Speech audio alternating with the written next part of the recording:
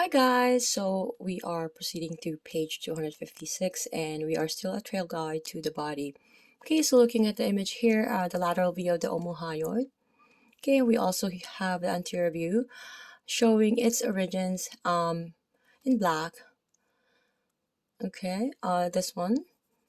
And the insertion in red. And we also have the sternohyoid and sternothyroid and thyrohyoid insertion and all that. In this image here. Okay, and we have here the image here 5.71.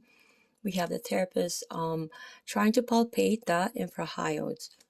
Okay, as we can see here, the omohyoid and the sternohyoid being cut, right, and trying to strum it this way. Okay, that's the arrow. Okay, so for the sternohyoid and sternothyroid, right? So a hand or two on the front of the neck can be unnerving. So you put your partner at ease by exploring with one hand at a time and then using only one finger pad. Okay? Also, to avoid irritating the thyroid gland, we're going to explore only the superior half of these muscles. Okay? This is very important. That's why I really took time in reading it. Okay, so only the superior portion, superior meaning on the upper portion, distal meaning, or inferior meaning lower portion of the muscles. Okay, and we roughly like half. We can just we're not gonna measure it, right, but we're gonna try to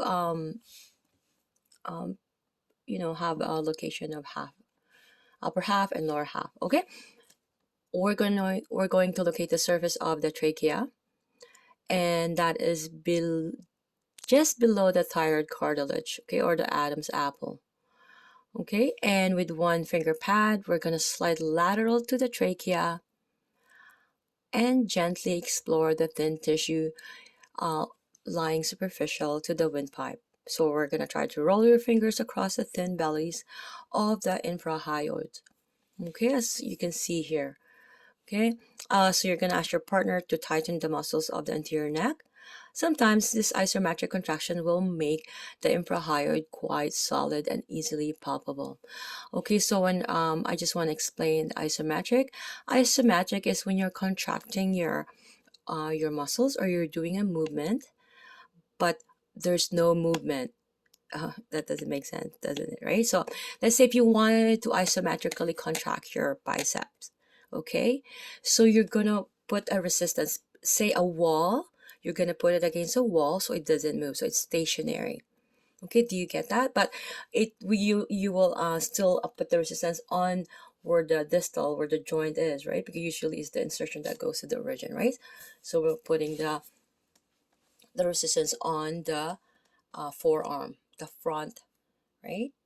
The flexors. Okay, so when do you usually use your infrahyoids? Is when you're drinking and swallowing.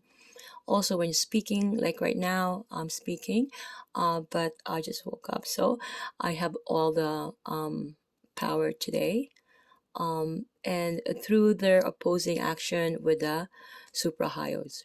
Right, I did the suprahyoids last night. That was the last video I did. And of course, when you are tightening the tissue of the anterior neck when threatened. Okay, so when you are stressed, when you are doing fight and flight, if you are in that situation, the anterior neck will be in a state of contraction. Okay, so I'll see you guys on page 257.